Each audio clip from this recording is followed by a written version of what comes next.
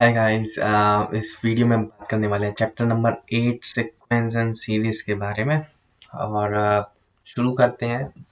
सबसे पहले तो सीक्वेंस और सीरीज क्या होता है वो समझेंगे, और देन उसके बाद समझेंगे कि हम किस तरीके से हम क्वेश्चंस को सॉल्व करते हैं। सीक्वेंस और सीरीज में नाम ही से समझ में आ रहा है कि कोई सीक्वेंस की बात चल रही है, यानी कि अगर कोई ऑब्जेक्ट्स को आपस सीक्वेंस में लगा दिया जाए तो हम उसको सीक्वेंस कहते हैं। जैसे सपोज करते हैं कि एक ट्रेन का डब्बा है और ट्रेन के डब्बे में सीट्स के नंबर्स लिखे हैं।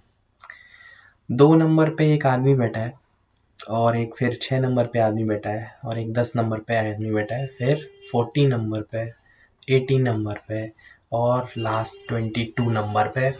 तो इस तरीके से आप देख सकते हो कि है ना, हर एक उसके बीच में 4-4 का गैप है ना। तो इसको हम ऐसे जो पैटर्न्स बनते हैं इनको हम सीक्वेंस कह देते हैं। क्या कह देते हैं? सीक्वेंस। जिनमें कोई एक पैटर्न दिखाई देता हो, जिनमें कोई एक चीज़ दिखाई, जैसे कि 4-4 का इसमें गैप दिखाई दे रहा है, उसको हम क्या कहते हैं। और भी कई सारे एग्जांपल्स हैं, जैसे कि populations of human beings or bacteria at different times for a form of series. The amount of money deposited in a bank over a number of years form a sequence. देखो, अगर हम money, अगर हर एक साल में हमारी किस्त अगर कट रही है 1000-1000 रुपए की, तो ये जो है, ये भी एक सीक्वेंस का तरीका है कि हर साल हम एक एक टाइम इंटरवल के साथ हम पैसे को जमा कर रहे हैं। इसमें अब 2 तरीके के प्रोग्रेशंस होते हैं सीक्वेंस में। पहला सीक्वेंस में प्रोग्रेशन है जिसको हम क्या कहते हैं, एक कहते हैं अरिथमेटिक प्रोग्रेशन, और दूसरे प्रोग्रेशन को कहते हैं हम ज्योमेट्रिक प्रोग्रेशन। पहला है अरिथमेटिक प्रोग्रेशन और दूसरा है ज्योमेट्रिक प्रोग्रेशन। देखिए, अरिथमेटिक और ज्योमेट्रिक डिफरेंट डिफरेंट है। अभी हम आगे इसके बारे में जानेंगे कि अरिथमेटिक में क्या डिफरेंस है और ज्योमेट्रिक में क्या डिफरेंस है। फिर यहाँ पे जैसे कि सीक्वेंस को समझाया गया है एक एग्जाम्पल के थ्रू, है ना।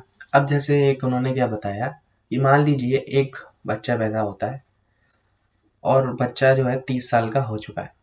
30 साल पर मान लो उसका एक बेबी होता है, तो फिर वो 30-30 साल के गैप पे मान लो बेबी हो रहा है। तो इस तरीके से आप देख सकते हो कि हर एक 30 ईयर्स के बाद एक बच्चा पैदा हो रहा है। मान लेते हैं, ये ऐसा पॉसिबल तो नहीं है कि हर बार 30 के बाद ही हो, है ना। वो कभी 32 में हो सकता है, कभी जल्दी ही हो सकता है, तो ये डिपेंड करता है। तो मान लेते हैं कि हमें अपने पूर्वजों के बारे में पता लगाना है, कि जो कि 300 साल पुराने पूर्वजों के बारे में बताना है। तो हमें ये बताना है कि इन 300 सालों में कितने बच्चे पैदा हुए होंगे। तो 30-30 के हिसाब से 10 जो है वो हुए होंगे यार, 10 जनरेशन्स आ चुकी हैं।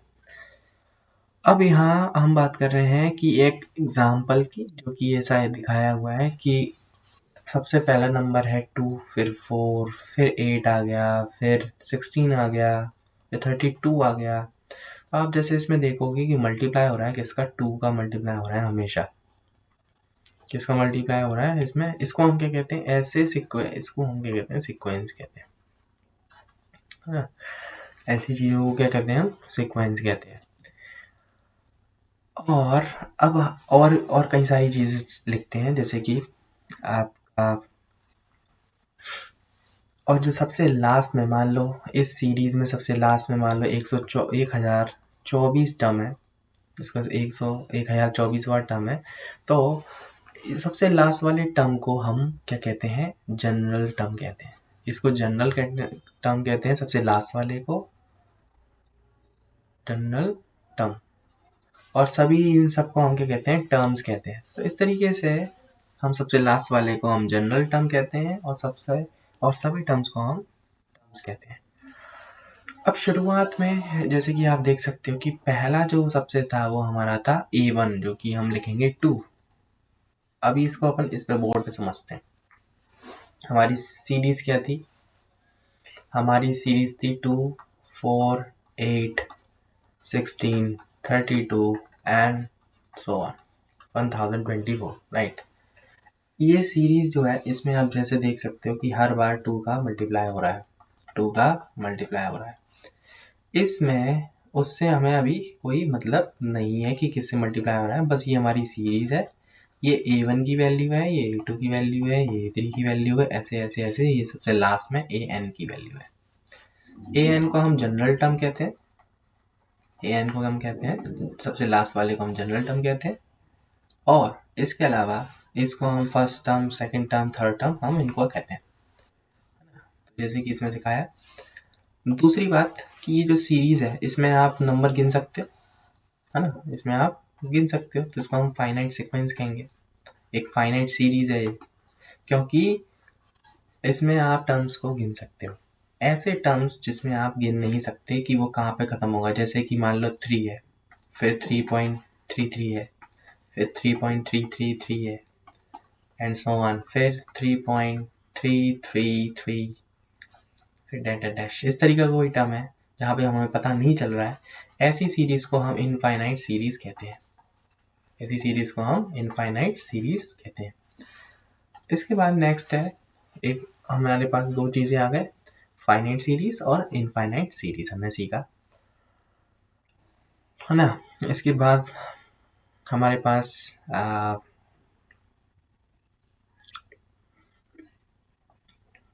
एक और चीज़ देखते हैं, एक और चीज़ में जैसे कि एक सीरीज दी है इन्होंने, क्या दी है सीरीज, एक इन्होंने सीरीज दी है 1, 1, 2, 3, 5 और 8। इसमें पहला टर्म कौन सा है, A1, है ना, दूसरा टर्म कौन सा है, वो भी 1 है, तीसरा टर्म कौन सा है, 2 है। आप इसमें रिलेशंस क्या देखोगे, आप रिलेशन से इसमें कुछ बन रहा है क्या, इसमें रिलेशन ये बन रहा है कि पहला और दूसरे को अगर प्लस कर दिया जाए तो तीसरा आता है, ठीक है।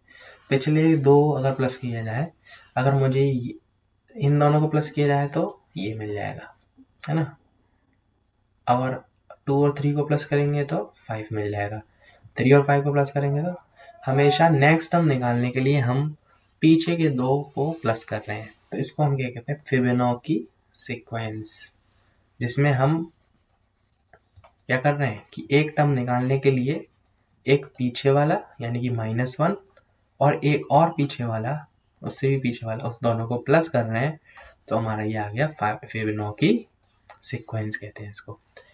इस तरीके से हम फ्रीक्वेंसी फिबोनाची सीक्वेंस हम निकाल लेंगे ना। दूसरी एक और चीज़ है बताने वाली कि अगर किसी सीरीज में या किसी सीक्वेंस में अगर आपके इवन टर्म्स में नंबर है तो हम उसको an इक्वल टू 2n लिखते हैं। अगर हमारे वो नेचुरल नंबर्स हैं और साथ ही साथ वो ऑड नंबर में है तो हम उसको 2n-1 लिखते हैं, ठीक है। इस तरीके से हम उसको लिखते हैं। अब हम क्वेश्चंस करेंगे तो हमको और ज़्यादा समझ में आने लगेगा। इतना आपको समझ में आया होगा कि हम सीक्वेंस किसको कहते हैं, वो आप समझ गए होंगे। अब हम आते हैं नेक्स्ट स्टेप, नेक्स्ट उस पर, जिसको हम क्या कहते हैं, सीरीज कहते हैं। सीरीज क्या है, सीरीज एक्चुअल में कुछ ज़्यादा डिफरेंट है नहीं है, सीरीज वही चीज़ है जो हमने अभी तक पढ़ा था। मान लेते हैं, देखो इन्होंने क्या लिखा है कि let A1 A2 be a given sequence, कोई भी सीक्वेंस है, let the expression A1 plus A2 plus A3 और ये सब दिया है, इसको हम क्या कहते हैं, सीरीज कहते हैं। Associate with the given sequence, the series is infinite हो सकती है और फाइनाइट हो सकती है according to the given sequence. Series are often represented in compact from the called sigma notation, sigma यानी कि ऐसा वाला साइन, ये वाला जैसे कि लगा है ना, सिग्मा वाला साइन कहते हैं। और इसको हम किस लिए यूज़ करते हैं, समीशन के लिए यूज़ करते हैं, क्योंकि यहाँ पे हम जैसे देख सकते हैं कि A1 से लेके N तक समीशन, यहाँ अगर देखे जाए तो 1 से लेके स्टार्ट हो रहा है और कहाँ तक जा रहा है, N तक जा रहा है। 1 से लेके N तक, अगर मान लो A के नीचे N है तो N लिख देंगे और N की वैल्यू 1 से लेके N तक है, क्योंकि ये सिमिलर है इसलिए हम क्या लिख देंगे, K लिख देंगे, तो A K आएगा यहाँ पे, है ना। तो K की वैल्यू 1 से लेके N तक आपका आ जाएगा, तो इसको हम कहते हैं क्या, सीरीज कहते हैं। सीरीज में ज़्यादा कोई डिफरेंस नहीं होता है, अब यहाँ पे हम बढ़ते हैं एग्जाम्पल नंबर 1 की तरफ। इसमें बोला है कि आपको राइट करना है फर्स्ट 3 टर्म्स। बहुत सिंपल सा क्वेश्चन है। क्या बोला है कि 2n+5 दिया है, ठीक है। इसमें आपको शुरू के 3 लिखना है, यानी कि a1 की वैल्यू निकालना है, a2 की वैल्यू निकालना है और a3 की वैल्यू निकालना है। 1 1 रख देंगे इनकी जगह पे, बस यहाँ पे 2 रख देंगे और यहाँ पे 3 रख देंगे,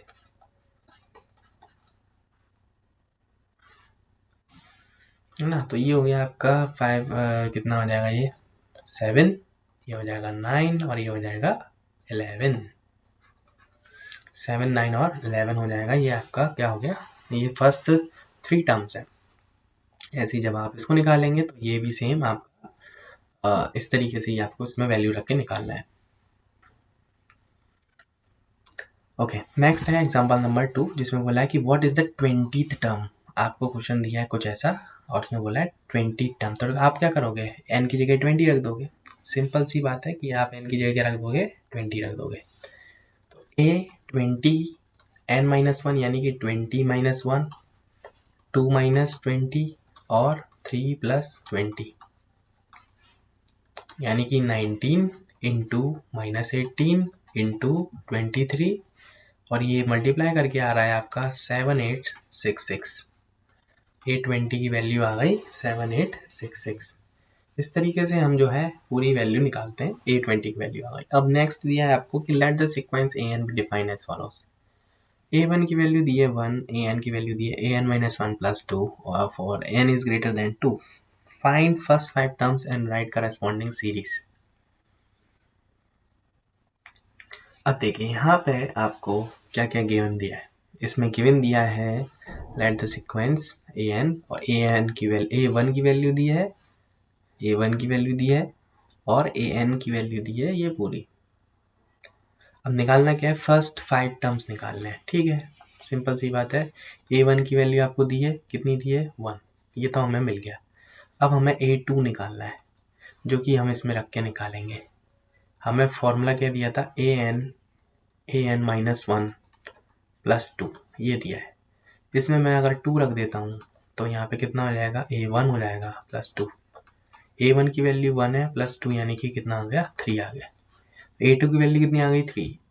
ऐसे ही आप a3 की वैल्यू निकालोगे तो a2+2 आ जाएगा यानी कि 3+2 आ जाएगा यानी कि 5। a1 की वैल्यू 1, a2 की वैल्यू 3 और a3 की वैल्यू 5। ऐसे ही a4 की निकालेंगे और a5 की निकालेंगे। इस तरीके से बहुत ही सिंपल सा चैप्टर है।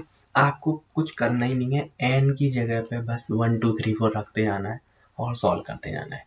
इससे ज़्यादा सिंपल चैप्टर आपको मिलेगा ही नहीं। अब जैसे मैं आपको एक क्वेश्चन करा के दिखाऊं, इसमें से कोई सा भी, ये करते हैं मान लो, और उन्होंने बोला है कि आपको क्या करना है, राइट द फर्स्ट 5 टर्म्स करना है।